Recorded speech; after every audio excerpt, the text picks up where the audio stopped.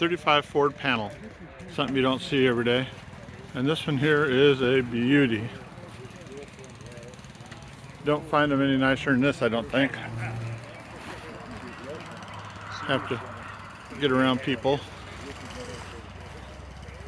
Look inside of it, and it's all beautiful inside too.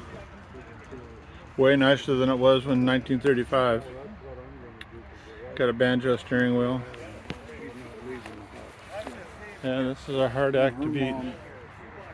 Lived in her state, lived by herself.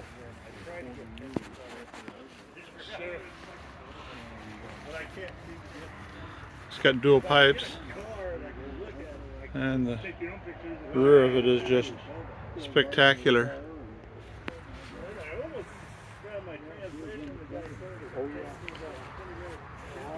This is a hard act to beat if you're into 35 Ford panels.